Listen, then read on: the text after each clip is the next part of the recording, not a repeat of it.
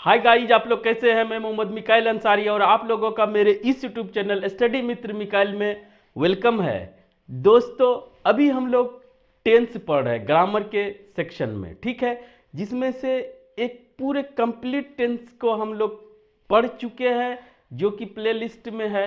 और दोस्तों, अब जो पढ़ रहे हैं दूसरे तरीके से टेंस को हम लोग पढ़ रहे हैं, जो कि 2 वीडियोज हम लोग अपलोड कर चुके हैं। अब तीसरा पढ़ेंगे जिसमें देखेंगे हम लोग जो आज का टॉपिक है हमारा परफेक्ट टेंस। परफेक्ट टेंस यानी कि जो 2 हम लोगों ने देखा उसमें सभी इंडेफिनिट टेंस को, और दूसरे वीडियो में हम लोगों ने देखा सभी कंटिन्यूअस टेंस को। आज देखेंगे हम लोग सभी परफेक्ट टेंस को। इसलिए दोस्तों, इस वीडियो को लास्ट तक देखें, आपको सीखने के लिए बहुत कुछ मिलेगा और आपका बहुत सा कंसेप्ट क्लियर होगा टेंस के रिगार्डिंग, स्पेशली परफेक्ट टेंस। ठीक है दोस्तों, तो आइए शुरू करते हैं। पहले तो सिर्फ टेंस को अगर डिफाइन करते हैं, और 2 ही हमारा मोटो होना चाहिए। पहला कि हम इसको कैसे डिफाइन करेंगे, इसके सिचुएशन एंड कंडीशन को कैसे समझेंगे। दूसरा, इस पे हम लोग स्ट्रक्चर या कहिए सेंटेंस कैसे फॉर्म करेंगे। ठीक है, तो पहला हम लोग देखेंगे कि ये इसका डिफिनेशन क्या होता है। तो पहले नाम से ही उसको डिफाइन या उसको समझने की कोशिश करें, फिर हम लोग स्टेप बाय देखेंगे। ठीक है, तो अगर नाम से बात करें कि क्या इसमें हम लोग हो सकता है, सिर्फ अगर टेंस की बात करें तो टेंस हमें क्या बताता है, एक्शन प्लस टाइम। ये एक्शन और टाइम की बात करता है। ठीक है दोस्तों, और परफेक्ट टेंस के इसमें जो इसका सेंस लिया जाता है वो दोस्तों कंप्लीटेड के सेंस में लिया जाता है। तो अगर पूरा लिखें तो कंप्लीटेड एक्शन को दिखाने के लिए, कंप्लीटेड एक्शन को दिखाने के लिए परफेक्ट टेंस का यूज किया जाता है। क्लियर, इतना आप इसके नाम से एनालिसिस कर सकते हैं। अब आइए, जो पहले भी हम लोग लास्ट वीडियो बनाए हैं दोस्तों कि इसको स्टेप वाइज पढ़े, तो आप भूलेंगे भी नहीं और आपका कंफ्यूजन भी क्लियर हो जाएगा। तो पहला स्टेप हमारा होगा, फर्स्ट स्टेप टाइम लाइन। तो इसको दोस्तों यहीं पे लिखते हैं टाइम लाइन। और सभी का मकसद हमारा क्या है कि इसके डेफिनेशन को अच्छे से समझना। और एक होता है डेफिनेशन, एक होता है एप्लीकेशन यानी यूसेज, उसको लास्ट में देखेंगे। ठीक है, पहले डेफिनेशन की बात करते हैं। ठीक है दोस्तों, तो फर्स्ट स्टेप से हम लोग चलेंगे पहला, और ये आपके लिए बोनस स्टेप है कि आप इसमें डेफिनेशन को जितना हो सके उतना समझने की कोशिश करें। तो फर्स्ट स्टेप में दोस्तों टाइम लाइन। टाइम लाइन क्या होता है, जो लाइन पे टाइम को हम समझते हैं या एक्सप्लेन करते हैं। तो टाइम को 3 भागों में बांटा गया है दोस्तों, जिसे हम तो पहले से करते हुए आ रहे हैं, आप भी समझ गए होंगे अभी तक में। तो ये होता है 3 पार्ट में इसे डिवाइड किया गया है। पहले को बोलते हैं प्रेजेंट, ठीक है दोस्तों, दूसरे को बोलते हैं पास्ट, और लास्ट या तीसरे को बोलते हैं फ्यूचर। अब आपको कुछ समझ में आ रहा होगा। ठीक है, तो ये तो हुआ टाइम। और दोस्तों रिफरेंस पॉइंट इसी को माना जाता है। ठीक है, रिफरेंस पॉइंट ही बोलिए।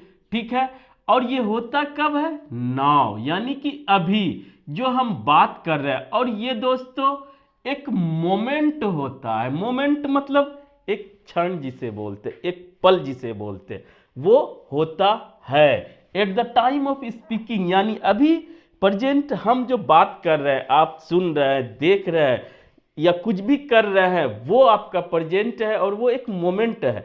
और जो आप बिताते जाते हैं, आप एक्सपीरियंस्ड करते जाते हैं, वो आपका पास्ट में पीछे खिसकते जाता है। मान लिए यहाँ आप पैदा हुए, यहाँ से खिसकते गया और यहाँ पे लास्ट में आपका ये आज है, तो ये आपका प्रेजेंट हुआ, रेफरेंस पॉइंट नाउ यानी अभी, at the time of speaking, और ये एक लिख ही देते हैं मोमेंट होता है।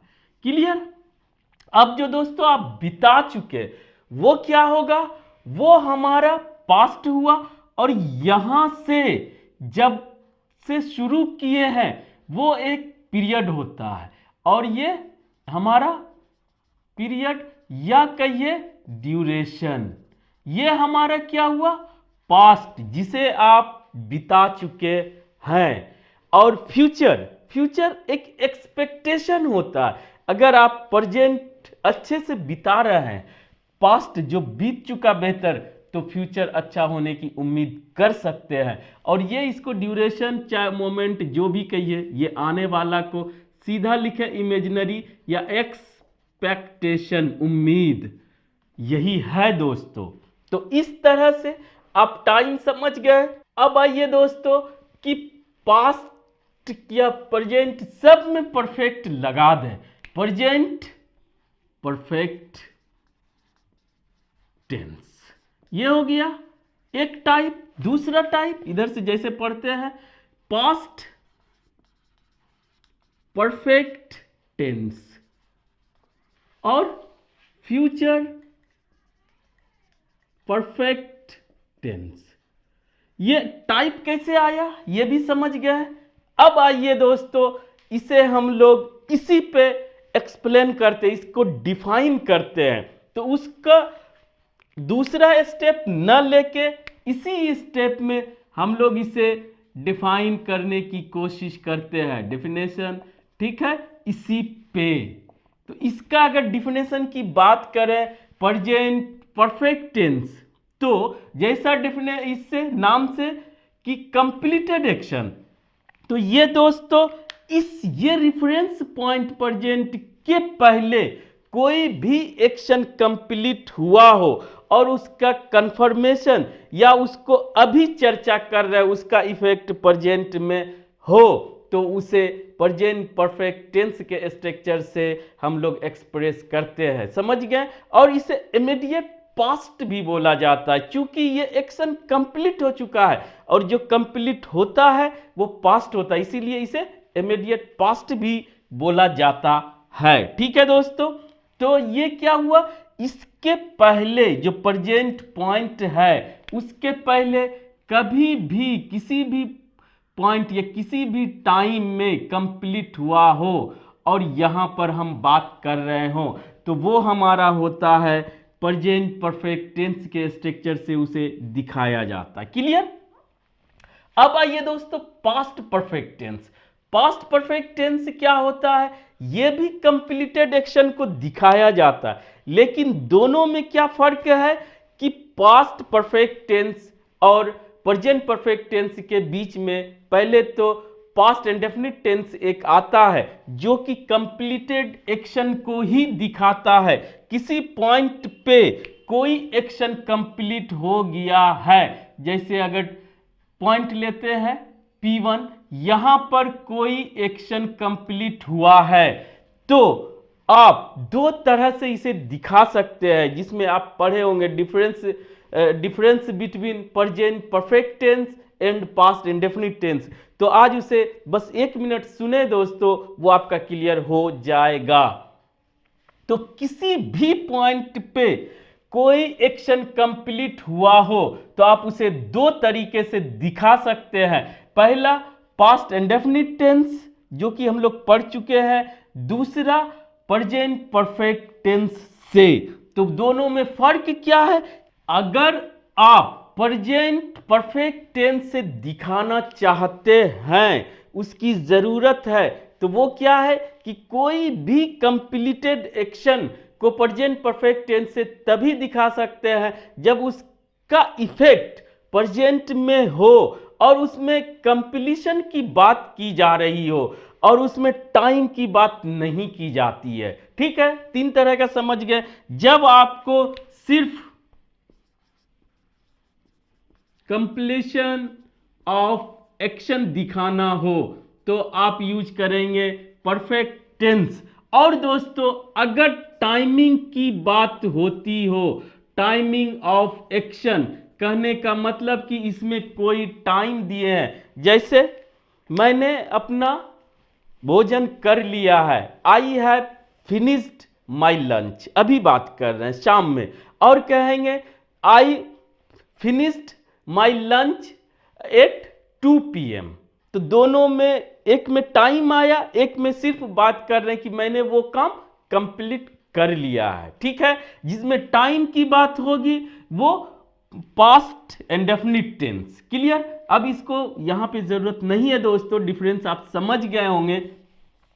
अब आइए कि रिफरेंस पॉइंट दोनों के लिए प्रेजेंट इंडेफिनिट टेंस ही, प्रेजेंट टाइम ही था, लेकिन दोस्तों अगर पास्ट परफेक्ट टेंस की बात करें तो कोई रिफरेंस पॉइंट पास्ट की होना चाहिए, यानी कि इसका रेफरेंस पॉइंट पास्ट और पास्ट में एक रेफरेंस पॉइंट होगा, उसके रेफरेंस में अगर कोई एक्शन कंप्लीट हुआ था उसको और उसके साथ दिखाने के लिए हम लोग पास्ट परफेक्ट टेंस का यूज करते हैं। तो दूसरा पॉइंट क्या होगा दोस्तों,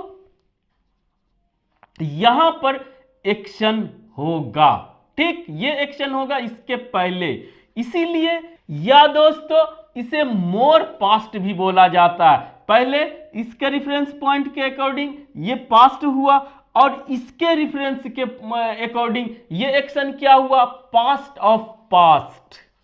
ठीक है, पास्ट ऑफ पास्ट कहा जाता है, या कहिए मोर पास्ट। आप समझ गए कि दो एक्शन जब दिखाना होगा तब हम लोग यूज करेंगे पास्ट परफेक्ट टेंस के स्ट्रक्चर का, अदरवाइज उसमें ऐसा एडवर्ब हो, टाइमिंग हो, जिससे यह पता चल रहा है कि पास्ट में कोई एक्शन हुआ या उससे पहले कोई एक्शन हो चुका था। क्लियर? अदरवाइज एक एक्शन की अगर बात करते हैं तो वो आप सिर्फ और सिर्फ प्रेजेंट परफेक्ट टेंस अगर टाइम की बात नहीं कर रहा हो, और अगर टाइम की बात कर रहा हो, पास्ट का कोई टाइम दे रहे हैं कंप्लीशन का, तो पास्ट इंडेफिनिट टेंस, चाहे उसके लास्ट में चुका था, चुके थे, चुकी थी, रहे या ना रहे। क्लियर?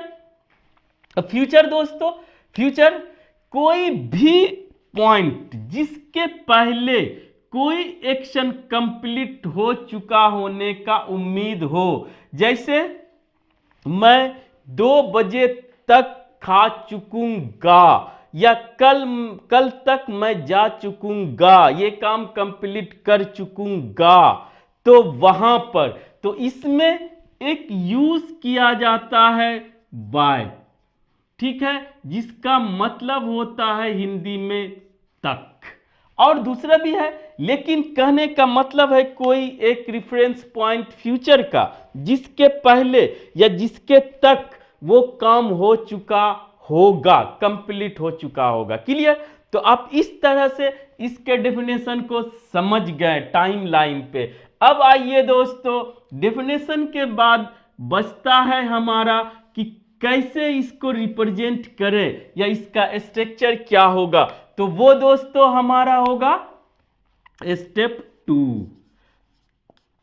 पहला था हमारा, ये तो बोनस स्टेप है, पहला स्टेप था टाइम लाइन पे डेफिनेशन को समझना या उसको लिख के हिंदी में, इंग्लिश में, हिंदी पहचान, ये सब भी इसमें चुका है, चुके हैं, चुकी है, इसमें चुका था रहेगा लेकिन 2 एक्शन के साथ, इसमें भी वहां तक ये काम कर चुका होगा, ये हिंदी पहचान। अब आइए दोस्तों दूसरा स्टेप, जो कि अब किस तरह से हम लोग इसके सेंटेंस या स्ट्रक्चर को क्रिएट करेंगे या क्या इसका रूल है, तो उसको देखेंगे। ये इंपॉर्टेंट है, इसे आप देखें दोस्तों।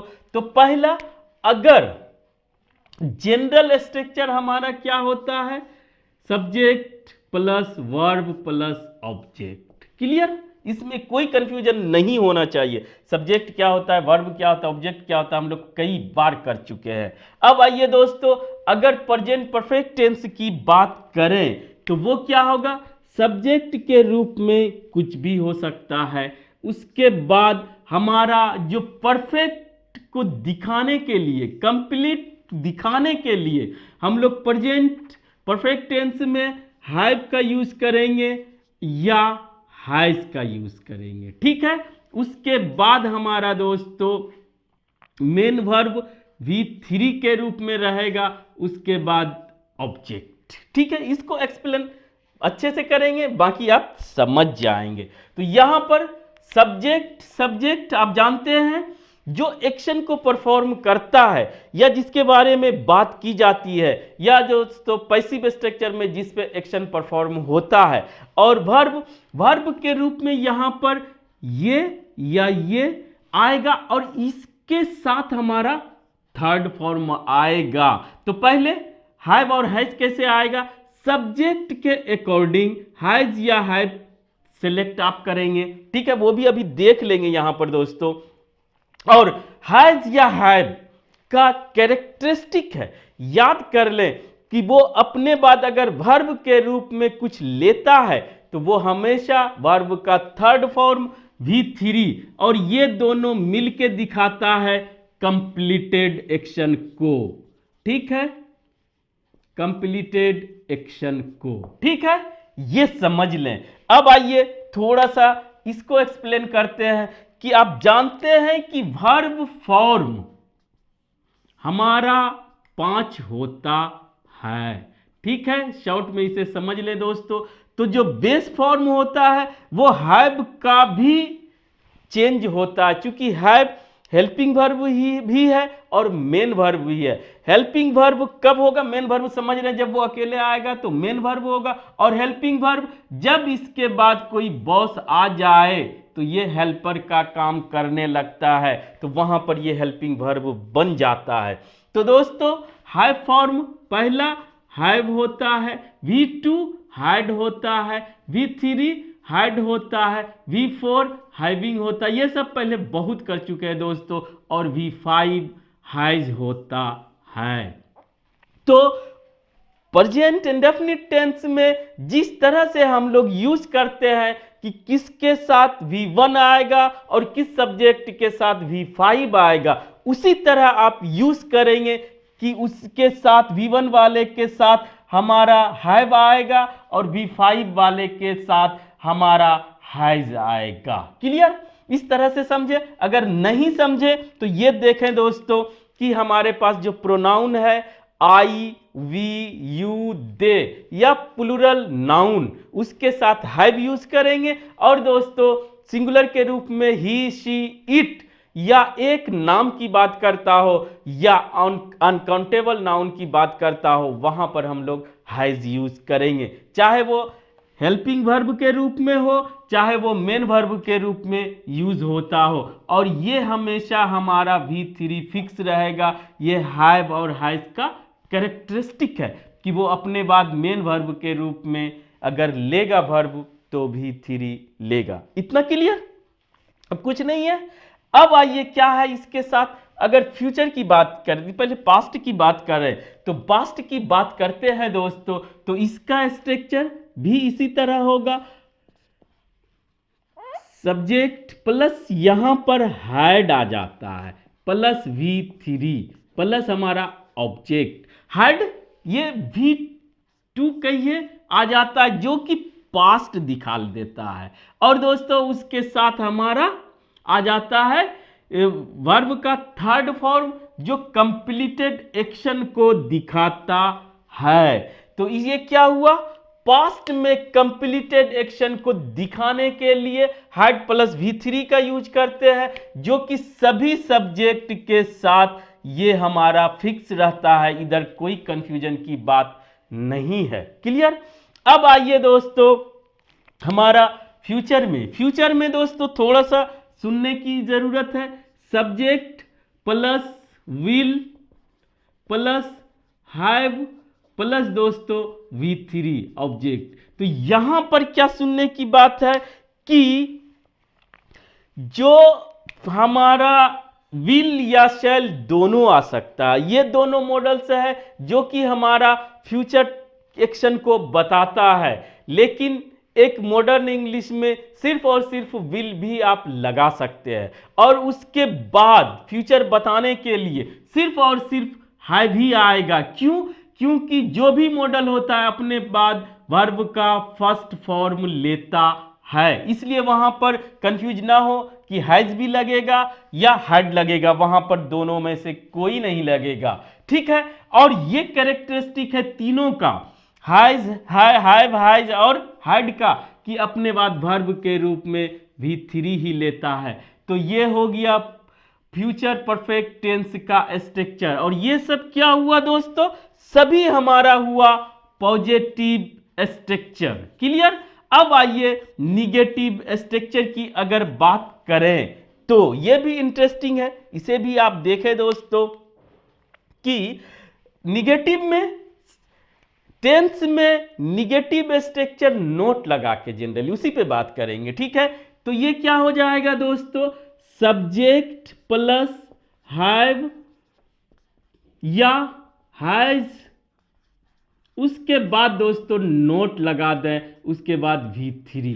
इसी तरह इसमें भी subject plus had plus note plus V3। ठीक है, अगर ऑब्जेक्ट है तो ठीक है, नहीं तो कोई बात नहीं है। इसमें भी दोस्तों subject plus will plus note, यहां पर कुछ सुनने की जरूरत है जिसे हम लोग एक्सप्लेन करेंगे।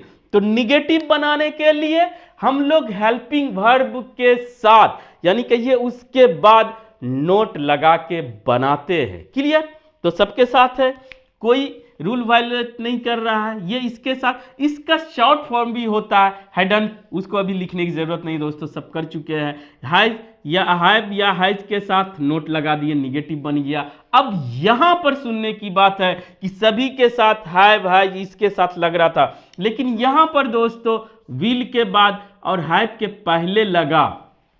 तो इसमें यह सुन लीजिए कि कभी भी कोई मॉडल वर्ब आता है जो कि हेल्पिंग वर्ब का ही काम करता है, तो वहां पर दोस्तों जब भी नोट लगाना हो तो मॉडल वर्ब के बाद ही लगाएं, चाहे उसके बाद या पहले कुछ भी रहे, कुछ भी नहीं देखना है। इसीलिए नोट को मॉडल का दोस्त या फ्रेंड कहा जाता है कि जब भी वो चिपकेगा वो हमारा मॉडल के साथी, साथ का मतलब कि मॉडल के पहले नहीं आएगा दोस्तों, ये यहां और एक शॉर्ट फॉर्म यूज होगा, और यहां पर इसे हेल्पिंग वर्ब न कह के एक अलग नाम दिया गया है, पार्टिकल। ठीक है, वो नाम है, अलग बात है, लेकिन यहां पर और यहां पर यही फर्क है दोस्तों। ये सब के बाद नोट आया, लेकिन यहां पर विल मॉडल के बाद नोट आया, ये भी हेल्पिंग वर्ब है, तो पहले हेल्पिंग वर्ब के बाद नोट लगाएंगे।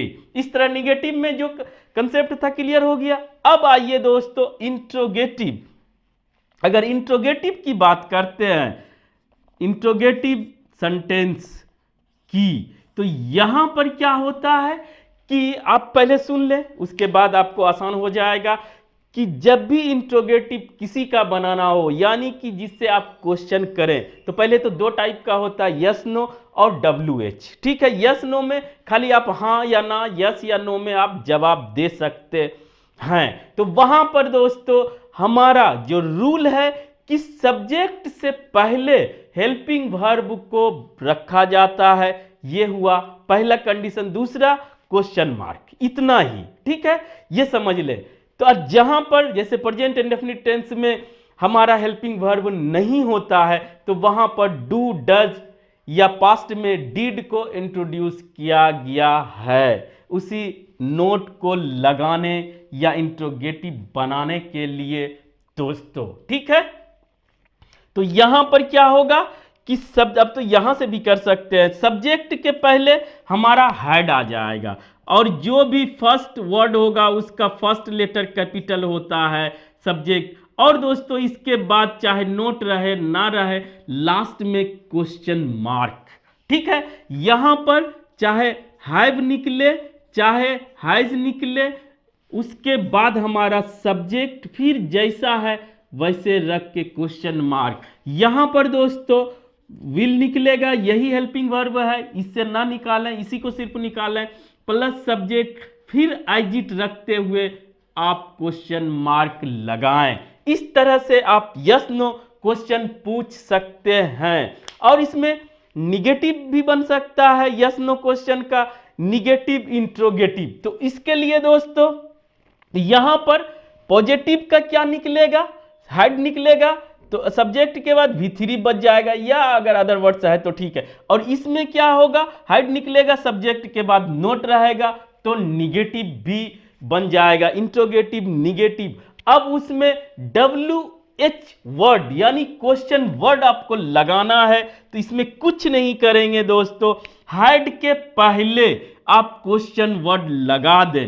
हेड के पहले ये स्मॉल हो जाएगा हेड हमारा, और दोस्तों इसके पहले हम लोग WH वर्ड लगा दें, जैसे क्या, why, when, what, where, who, how, ये सब आप लगा के क्वेश्चन पूछेंगे। और इसका आंसर जो देगा वो एक्सप्लेन करेगा, उसके बारे में कुछ बताएगा, यस नो से काम नहीं चलेगा। ये पहले बहुत किए हैं दोस्तों। तो यहां पर भी WH वर्ड लगाएंगे, WH वर्ड लगाएंगे, चाहे वो निगेटिव हो चाहे वो पॉजिटिव स्ट्रक्चर हो, ठीक है। इस तरह से हम लोगों ने देखा एक पॉजिटिव स्ट्रक्चर, एक निगेटिव स्ट्रक्चर, दो यस नो क्वेश्चन में पॉजिटिव निगेटिव, और दो WH में पॉजिटिव और निगेटिव। तो टोटल हमारा 6 हुआ। और ये तीनों स्ट्रक्चर में कितना होगा दोस्तों, 6 + 6 + 6 18। तो इस तरह से आप 18 स्ट्रक्चर्स क्रिएट कर सकते हैं, और इस पे जितना चाहे आप बना सकते हैं। तो ये मेरा टर्न था दोस्तों, अब आपकी बारी ये है कि यहां पर आपको जो स्टेप हमारा तीसरा है, थर्ड स्टेप है, वो आपके लिए है। और आपके लिए क्या है दोस्तों, स्टेप 3 में, कि आपको इस पे प्रैक्टिस करना है। क्या, इसका यूसेज कहिए या एप्लीकेशन कहिए या जो भी नाम दीजिए दोस्तों। और ये किसके लिए है, ये आपके लिए है, प्रैक्टिस फॉर यू। ये आप करके देखें दोस्तों। अगर आप 10th या एकेडमिक 11th 12th तक भी है तो आपको इससे ज़्यादा जाने की ज़रूरत नहीं है, बस अपने बुक में जो है उस पर प्रैक्टिस करें। और अगर आप कंपटीशन की तैयारी कर रहे हैं दोस्तों, तब आपके लिए है कि कंपटीशन के लायक कोई भी बुक उठाएं और उसमें जो प्रैक्टिस दिया हुआ है डिफरेंट टाइप के क्वेश्चंस को, उसको आप सॉल्व करके देखें और इसके कंडीशंस और सिचुएशंस को लगा के देखें। जितना आप सीखें तो आपके लिए आसान हो जाएगा, वेरी इजी, सिंपल हो जाएगा, अगर आप ईमानदारी से समझते हैं, पढ़ते हैं, प्रैक्टिस करते हैं। तो इस तरह से दोस्तों आज बस इतना ही। अगर यह वीडियो आपको अच्छा लगा हो और आप इससे कुछ सीखे हो, प्लीज इसे लाइक करें, सब्सक्राइब करें और अपने दोस्तों के बीच शेयर जरूर करें दोस्तों। Thank you for watching, have a nice day.